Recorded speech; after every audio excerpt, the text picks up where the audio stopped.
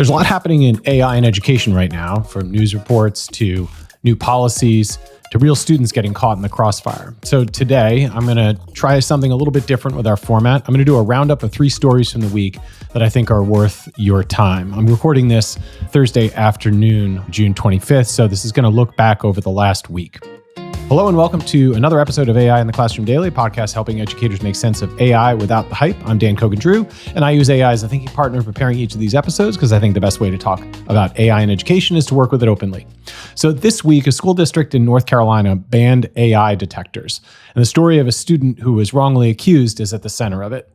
Microsoft released its annual AI in education report, and buried inside are a couple of numbers that tell us something important about where schools actually are. And a new study on cheating at Harvard raises a question that I think, as teachers, you've probably been asking quietly for a while. So let's get into it. Her name is Eleanor Canina. She's a student at Green Hope High School in Wake County, North Carolina. And earlier this year, a teacher flagged her paper using an AI detection tool. It said it looked like she'd used AI to write it, and as a result, gave her a 0. Canina appealed, and a second teacher reviewed the same work and concluded she hadn't used AI at all. The grade was changed to 100. So the gap from 0 to 100, based on which teacher reviewed the same paper and how, is exactly the problem.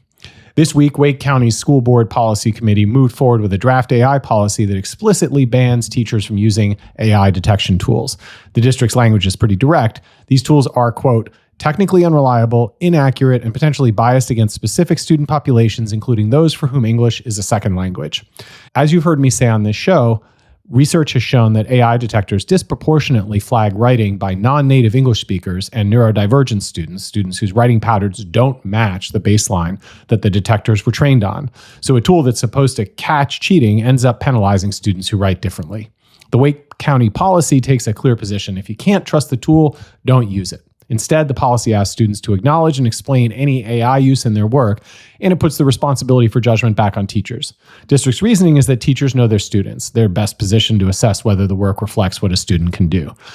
I agree with that instinct. I think it's the right call, but we have to be real about what it's asking of teachers, especially managing 30 students across 5 classes. Knowing your students well enough to catch subtle changes in their writing will take time and relationship building. It's not an argument against the policy, but we need to think about how we're giving teachers the conditions to do that work well. Now, the board won't vote on the final policy until August, but I think this week's movement matters as other districts are watching. Microsoft released its 3rd annual AI in education report this week, June 24th. It's based on surveys of students, educators, and school leaders. We're going to start with 2 numbers in the report. 83% of educators say they've used AI for school-related work, and at the same time, 53% of those same educators say they've never received formal training on AI, which means more than half of teachers who are already using AI haven't been trained on it. They're figuring out as they go in their own classrooms with their own students. Don't think this is a teacher problem. It's more of an institutional problem. Schools and districts have, in many cases, moved fast to introduce AI tools, fast to react to students using them, without building a foundation that teachers actually need. The foundation is training, and it has to be more than one-day professional development. It has to be real, ongoing support. The report also finds that academic integrity is the number one concern for both teachers and students. 42% of educators named it as their top worry, and 41% of students said the same. That's striking because students are as worried about this as teachers are. Now, we need to be clear about this report. It's part of a marketing play. Microsoft released it alongside a set of free new tools, AI-generated lesson plans, per-assignment guidelines, and so forth. These are designed to address some of the gaps the report identifies. Not a bad thing. Some of the tools may be actually useful, but we should see it for what it is. A company surveys the problem, then announces its products as the solution. Third story this week comes from Fortune, published Tuesday. A survey of 850 Harvard seniors found that 47% admitted to some form of academic misconduct. That's nearly half of the students surveyed. Here's another aspect of the study that I think is just as important. In 2022, a study before ChatGPT, keep in mind, found that 32% of college students had already cheated on an exam. Now, cheating was already widespread. Another way to say this is that cheating is up nearly 50% post-ChatGPT. And yet another way to say it is that nearly a third of college students were already cheating. Now, that number is nearly half. which is to say, it's not that AI has created cheating. It's just made cheating easier, harder to detect, and more visible as a problem. That's very real, but it also means the conversation we need to have isn't just about AI, it's about why students are cheating and about what they're being asked to do and whether those assignments are designed in a way that has any meaning for them.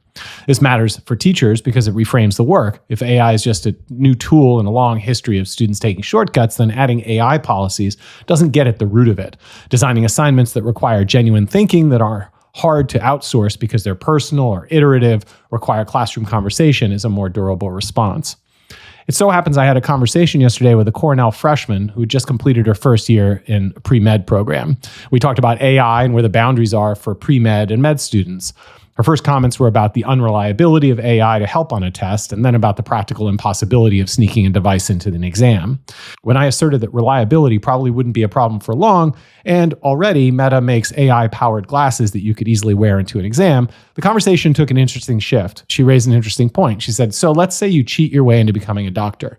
Now you're a doctor, and you have to practice medicine. And if that's not what you wanted to do, you're not going to be very happy having succeeded at cheating your way into a career that isn't what you wanted in the first place. For my part, I took that as kind of a hopeful sign that thinking beyond school to the bigger picture, the student was already thinking about the point of all of this anyway. What is the point of school if not to put you on a path to a happier, more fulfilling life? So I'm going to close out the week on that more hopeful note. As always, thanks for listening, and we'll see you next time.